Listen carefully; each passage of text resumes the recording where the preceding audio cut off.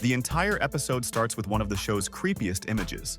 Beth, unable to sleep, finds Rick on the living room floor in the dead of night, doing crunches.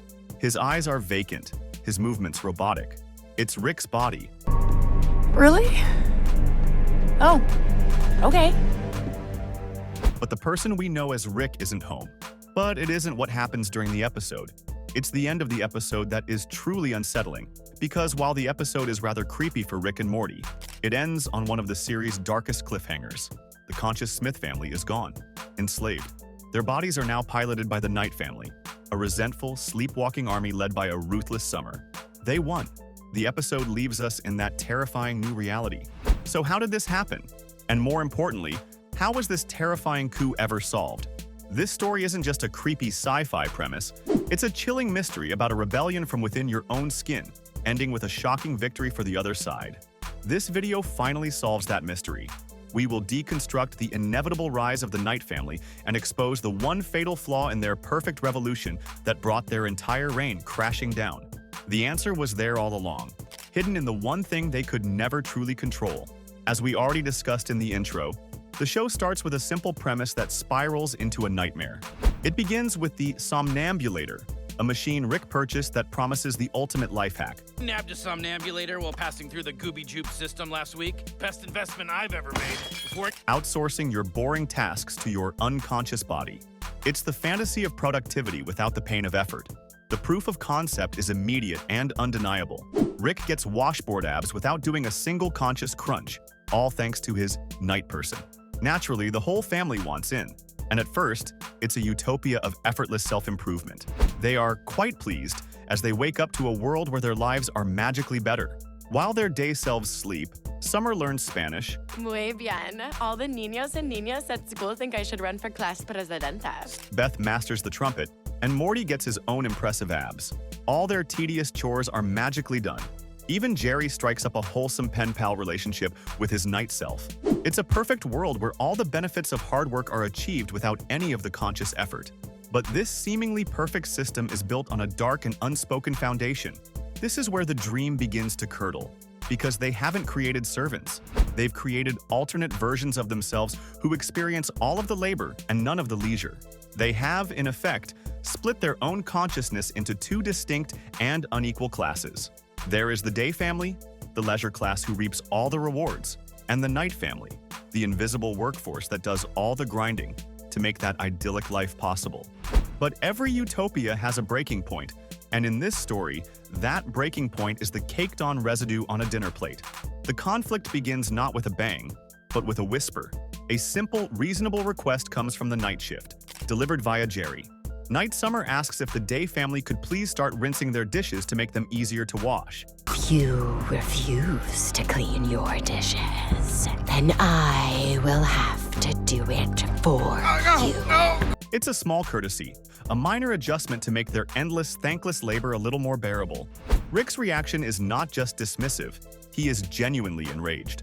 For him, this isn't a negotiation. It's an existential threat to the entire system. He makes his position brutally clear. The whole point of the Knight family is, and I quote, to do the shit that the day people don't want to do. In that moment, he codifies their relationship. They are not partners, and they are not other halves. He sees them as slaves, tools with no right to make demands. His fatal mistake is assuming that a version of themselves, no matter how subservient, would tolerate this indefinitely. And that's the core of the conflict. This isn't a sci-fi adventure, it's a labor dispute, and the workers are about to unionize. The Knight family's response is swift and symbolic. The next morning, the Smiths wake up to find all their dishes have been smashed in defiance. It is their first revolutionary act, a clear statement that they will not be treated as mindless drones. But Rick, blinded by his own arrogance, completely misses the point. Instead of addressing their grievance, he just escalates the oppression, calling in a favor to get unbreakable plates. He doesn't see a rebellion to be understood, only a problem to be engineered away. Rick's escalation with the unbreakable plates is taken as a declaration of war, and the Knight family's retaliation is swift, brutal, and terrifyingly efficient. This is the coup. It's not a negotiation, it's a complete takeover, led by a cold and calculating Night Summer. They subdue the Day family, physically strapping Rick down in a visceral display of dominance. They seize total control of the house, hiding the somnambulator to ensure their own existence cannot be threatened. Rick's attempt to send a conscious Summer to destroy the machine fails spectacularly, as her own night self takes control at the last second, proving just how powerless they are. And this is the absolute core of the episode's creepiness. The threat isn't external. There's no alien fleet in the sky or monster from another dimension. The monsters look just like them because the monsters are them. It's a civil war fought inside their own skin. The family is overthrown by a rebellion born from their own desire for a life without consequences. The enemy isn't at the gates. It's the stranger who sleeps in your bed, wears your face, and uses your body to do all the work you refuse to do. The new regime is absolute. The power dynamic is completely inverted. Night Rick, now in control, cuts Day Rick off from all his technology, stripping him of his godlike power. He then builds a robot army, not to conquer a planet, but to enslave his own conscious self. The masters have become the slaves, forced to perform mindless, grueling labor, their every moment policed by their own resentful subconscious. The dream of a life without any effort has transformed into a waking nightmare of total subjugation, engineered by the very part of themselves they tried to exploit. So what's really going on here? The Night family is a perfect, if cynical, illustration of a class struggle, but one that's happening inside a single family, inside a single body. It's a terrifyingly direct metaphor for burnout, self-exploitation, and the abusive relationship between our conscious desires and the subconscious workhorse that actually gets things done. It's not a story about aliens. It's the story of the unpaid intern living inside your own head. Let's break down the metaphor, because it's brutally clear. The Day family is the bourgeoisie. They are the capital owners, enjoying all the profits of the system. The washboard abs, the new languages, the clean house, without participating in any of the actual labor. The Night family is the proletariat. They are the exhausted, unappreciated workforce, doing all the grinding, thankless jobs in the dark while the ownership class sleeps. For a while, they tolerate this arrangement. But then comes the moment of radicalization, the spark that ignites the revolution. The unrinsed dishes. That small act of disrespect is the final indignity. It's the moment the workforce develops a class consciousness and realizes that they are not partners in this enterprise. They are property. And this is where we get the episode's core deconstruction. It argues that you cannot simply offload the undesirable parts of your life without consequence. Your self is not a business where you can just outsource the dirty work. Your identity is a holistic entity. It's not just the part that has fun, reaps rewards, and enjoys leisure. It's also the part that does the laundry, grinds through the workout, and rinses the damn dishes. By trying to create a life of pure, effortless pleasure built on the back of an invisible other, the Smiths didn't achieve freedom. They simply engineered their own internal enemy, a revolutionary force fueled by completely legitimate grievances. The Day family gets a single glimmer of hope, a crack in the new regime. They manage to escape, ironically, with the help of Night Jerry, whose bizarrely wholesome pen pal friendship with his day self makes him a traitor to the revolution. I'm a friend of your son-in-law. Come with me. How? Hurry, we don't have long before the proxy drones go back online. Their goal is simple and desperate. Drive far enough to get outside the somnambulator's effective range and sever the connection for good. But this is where the episode creates its most brilliant and terrifying visual gag, a sequence that perfectly literalizes the theme. It's a car chase that functions as an internal civil war. You can't run from yourself. As the family flees, the Night family's robots pursue them, tranquilizing them one by one. But when a Day person is knocked unconscious, they don't just become dead weight. Their Night version instantly takes over the body, switching allegiance and actively trying to sabotage the escape. The enemy isn't just in the car behind them. It's sitting in the passenger seat, waiting for them to blink. The resulting chaos is the perfect metaphor for the entire conflict. We see Day Rick physically wrestling with Night Morty for control of the wheel, while Day Summer desperately tries to wake Morty up. They are literally at war with themselves. Every action is a paradox. Every time they incapacitate an enemy, they lose an ally. The fight is completely, hopelessly futile. The chase proves that there is no physical escape from a psychological problem. The only solution is a truce, which Night Summer eventually offers. Let them go free if they just promise to rinse the dishes.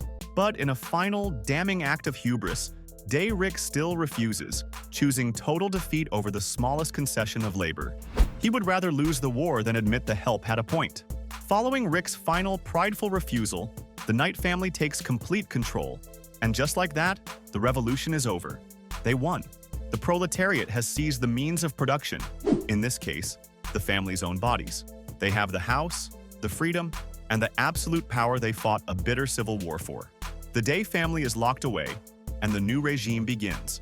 But this is where the episode reveals the fatal flaw in their perfect coup. The story flash forwards months later, and we see what the Knight family has done with their absolute freedom. They've gone on expensive vacations and lived lives of unrestrained luxury. The problem is they were experts at rebellion, but they are complete amateurs at the boring art of governing. The episode reveals that they have driven the family into total destitution. And the reason for this is as simple as it is depressing. They are the subconscious. They are pure-eyed, raw action, and pent-up resentment. They lack the conscious mind's tedious but essential ability to budget, to plan for the future, or to understand long-term consequences. They finally realized that the Day family were the ones who actually handled the finances. I guess there's a lot more work to seizing the day than I thought. And this is the symbiotic truth, the real solution to the episode's mystery. The two halves desperately need each other. The Day family represents the planning, the foresight, the boring but necessary financial management. The Knight family represents the labor, the execution, the raw energy to get things done. One without the other is completely unsustainable. The revolution fails not because of a heroic counterattack from Dayrick. It fails because of terrible accounting. And in the ultimate irony, the Knight family surrenders and destroys the somnambulator themselves, because they discovered that the administrative work of being the boss was even more of a grind than the manual labor of being a slave. Following Dayrick's final, fatal refusal to rinse a dish, the episode hits us with its darkest cliffhanger. The rebellion succeeds. The Knight family takes complete control, and the conscious Smiths are overthrown. Led by a ruthless Night Summer, the part of themselves they exploited has now become their master, using a robot army to enslave them in their own home. It's a terrifying victory for the subconscious, a seemingly permanent nightmare where the dreamers are now trapped by the dream. But this is where the episode solves its own horrifying scenario. The story jumps forward months later, revealing that the Knight family's reign wasn't defeated by a heroic counterattack. It simply collapsed under the weight of its own incompetence. After indulging in expensive vacations and a life of pure, unrestrained luxury, they discover a hard truth. They're broke. They were experts at revolution, but clueless about the boring reality of governing. They quickly realized that the Day family were the ones who actually handled the finances. The ultimate solution, then, is a lesson in symbiosis. The conscious mind needs the subconscious for labor, but the subconscious needs the conscious mind for planning. And in the final, perfect irony, the Knight family surrenders. I have a device that will solve all of our problems. They destroy the somnambulator themselves, not because they were defeated, but because they discovered that the tedious, thankless work of managing a budget was even worse than being a slave. The cliffhanger is solved not with a bang, but with the quiet whimper of terrible accounting. And so, the Smiths wake up, completely oblivious to the months-long civil war they just lost. Their first act as free people is to discover a real tragedy. The Choco Taco has been discontinued. No! They killed the Choco Taco! A loss that leaves them genuinely devastated. And that's the final perfect joke of the episode. They were so consumed by a war with themselves over who has to do the work that they were blind to the external world changing without them. It's the ultimate takeaway, leaving us with one last question. What's more devastating? The epic, internal battles we fight with our own nature, or the knowledge that while we were fighting, the world took away our favorite ice cream?